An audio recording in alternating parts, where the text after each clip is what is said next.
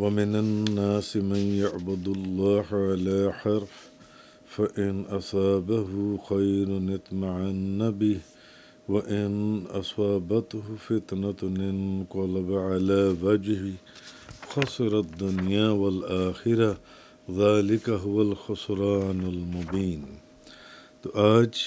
سورہ حج کی آیت نمبر 11 سے بیان ہے، اور کوئی شخص ایک کنارے پر کھڑا ہو کر اللہ کی عبادت کرتا ہے، پس اگر اس کو کوئی بھلائی مل جائے تو وہ اس سے مطمئن ہو جاتا ہے، اور اگر اس پر کوئی آزمائش آ جائے تو وہ منہ کے بل پلٹ جاتا ہے۔ اس نے دنیا اور آخرت کا نقصان سمیٹا، یہی کھلا ہوا نقصان ہے۔ آگے آیت نمبر 12 میں فرمایا گیا یدعو من دون اللہ ما لا یضرہ وما له ینفع ذلک هو الضلال البعید۔ وہ اللہ کے سوا اس کی عبادت کرتا ہے جو اس کو نہ نقصان پہنچا سکتا ہے نہ نفع دے سکتا ہے، یہی دور کی گمراہی ہے۔ اور پھر فرمایا یدعو لمن ضرہ اقرب من نفعہ، وہ اس کو پکارتا ہے جس کا ضرر اس کے نفع سے زیادہ قریب ہے۔ لبئس المولا ولبئس العشیر، وہ کیسا برا مددگار ہے اور کیسا برا ساتھی ہے۔ تو آج سورہ حج کی آیت نمبر 11، 12 اور 13 کا بیان ہے۔ اب یہاں منافقوں کے اس حال کا ذکر کیا جا رہا ہے، اور منافقوں کا جو حال ہے اس کو ایک ایسے شخص سے تشبیہ دی جا رہی ہے جو پہاڑ کے کنارے کے اوپر کھڑا ہو اور پہاڑ پر اس کے قدم جمے ہوئے نہ ہوں، اور یہی حال جون سے منافقوں کا ہے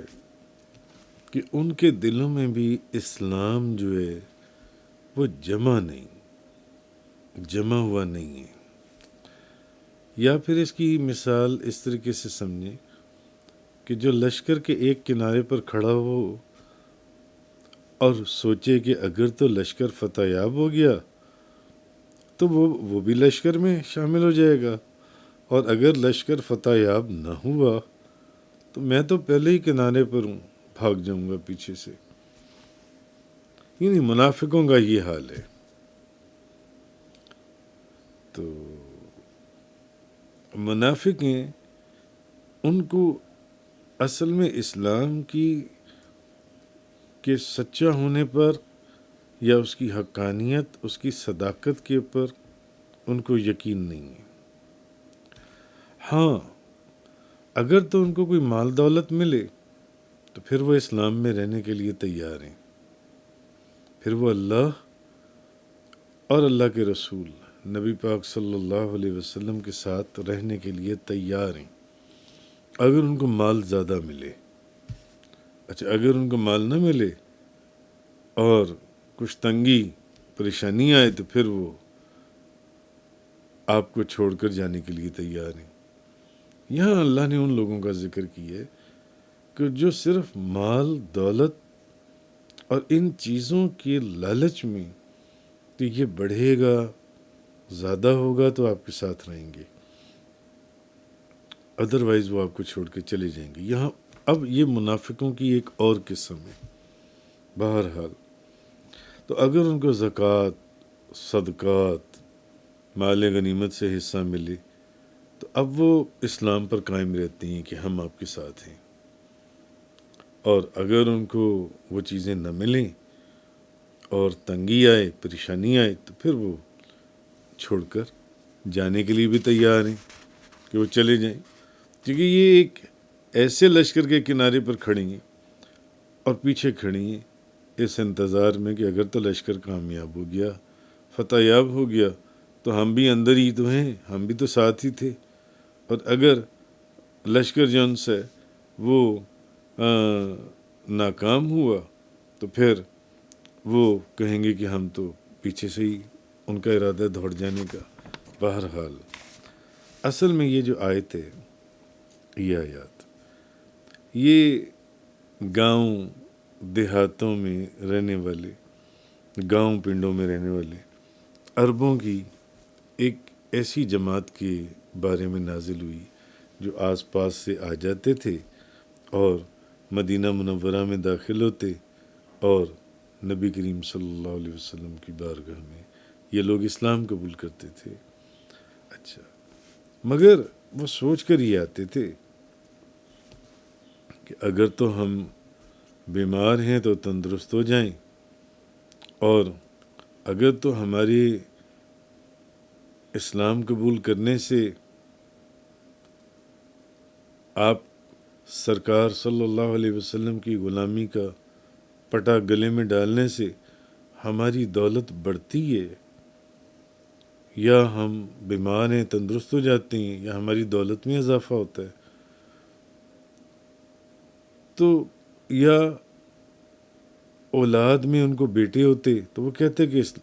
اسلام بہت اچھا دین ہے۔ اچھا، اور اگر ان کے مال میں کچھ کمی ہوتی تو پھر وہ کہتے کہ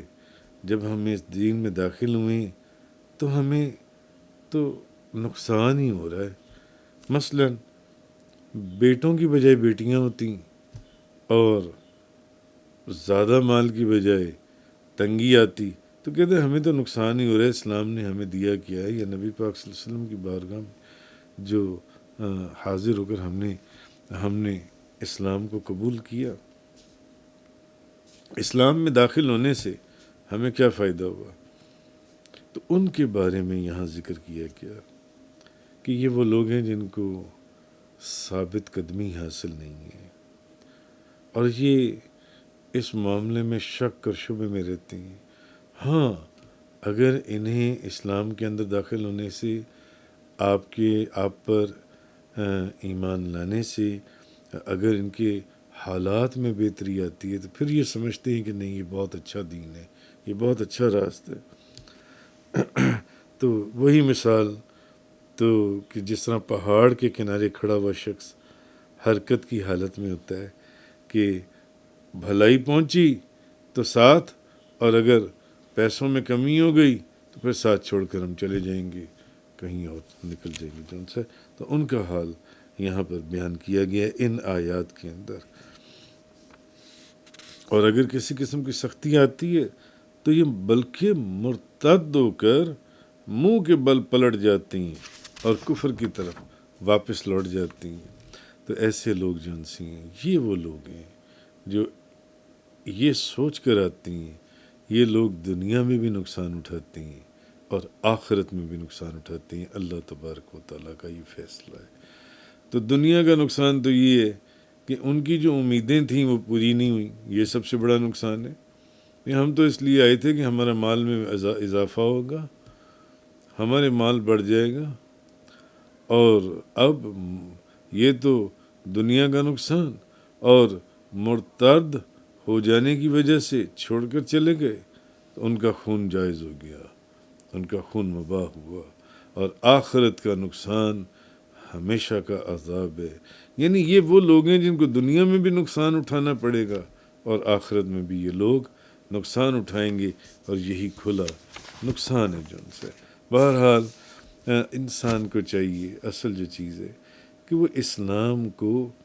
حق سمجھ کر قبول کرے، اس راستے کے کانٹوں کو دیکھ کر گھبرا نہ جائے، بلکہ ان کانٹوں کو پھولوں سے بھی زیادہ محبوب اور عزیز جانے،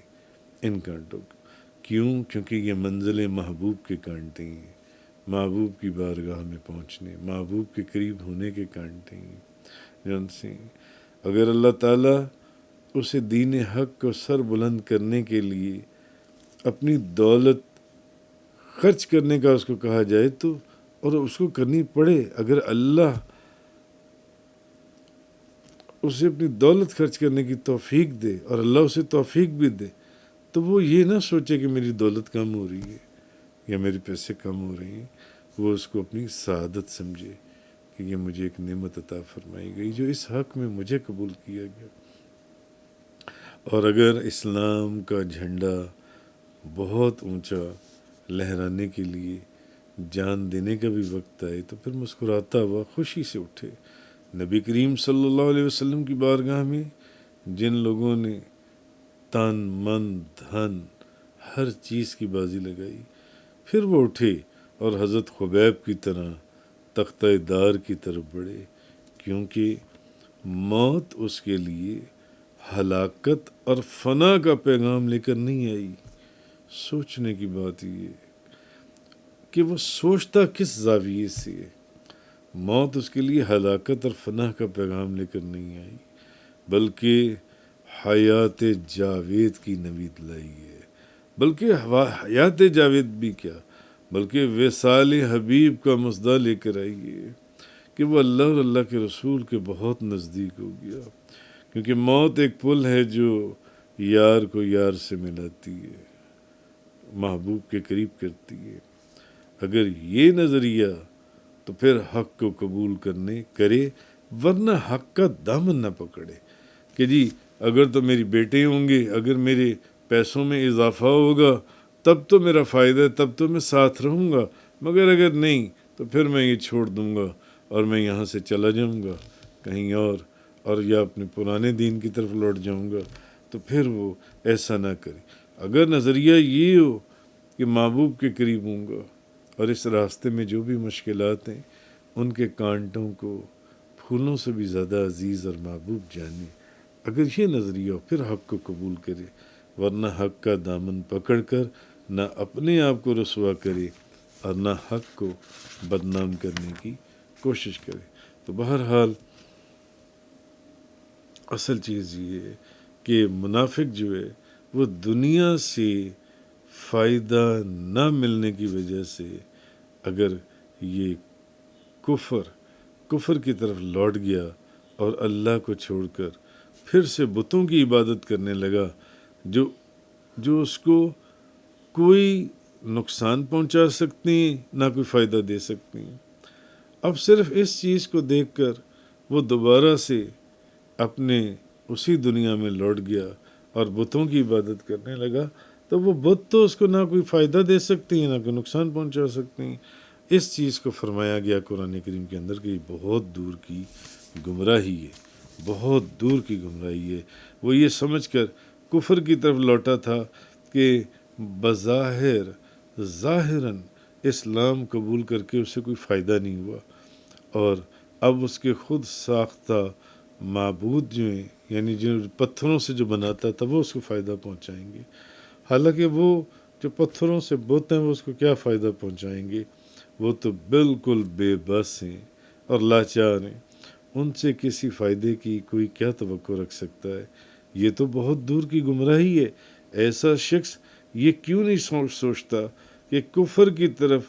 لوٹنے کے بعد اگر بظاہر اس کو کوئی فائدہ نظر آتا ہے تو وہ فائدہ بھی اللہ ہی کی طرف سے ہے، وہ ان بتوں کی طرف سے نہیں ہے، کیونکہ وہ تو نہ کسی کو، وہ تو اپنے آپ کو کوئی فائدہ نہیں دے سکتے تو کسی دوسرے کو کیا فائدہ دیں گے، اور وہ کسی دوسرے کو کیا نقصان پہنچا سکتی ہیں؟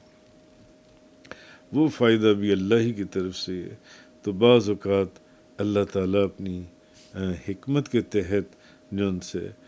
کسی خیر کو روک لیتا ہے، تو اس وجہ سے فرمایا یہ جا رہا ہے کہ اللہ سے مایوس ہو کر بتوں کی طرف مائل ہونا، یہ شرک کی طرف جھک جانا سخت جہالت اور بہت دور کی گمراہی ہے جو ان سی ہے۔ اور اخیر پر فرمایا کہ یدعو لمن ضرہ اقرب من نفعی، وہ اس کو پوچھتی ہیں جس کا نقصان اس کے فائدے سے زیادہ ہے، اس کے نفع سے زیادہ ہے۔ اب یہاں نقصان سے مراد واقعی نقصان ہے، یعنی دنیا میں قتل، کیوں واپس لوٹے، کیوں دین سے ہٹے، کیوں اسلام سے مرتد ہو گئے، تو یعنی دنیا میں قتل اور آخرت میں دوزخ کا عذاب، یہ واقعی نقصان ہے۔ واپس لوٹنا یعنی دنیا میں قتل ہو جائے گا اور آخرت میں دوزخ کا عذاب جو ان سے ہے، اور نفع سے مراد ان کا خیالی نفع، یعنی بت تو ان کی شفاعت کریں گے یا کوئی دولت دے دیں گے، نہیں، ایسا ممکن ہی نہیں ہے۔ تو یہ بتوں سے جس نفع اور فائدے کی امید رکھتے ہیں وہ تو بہت دور ہے، بلکہ ناممکن ہے۔ جہاں وہ جو حقیقی نقصان جو پھر دوزخ کا عذاب ہے، وہ اس کو بھی ان قریب ضرور دیکھیں گے۔ وآخر الدعوانا ان الحمد للہ رب العالمین۔ تفسیر قرآن کا یہ لیکچر انگلش میں سننے کے لیے براہ کرم ڈسکرپشن میں موجود لنک پر کلک کریں۔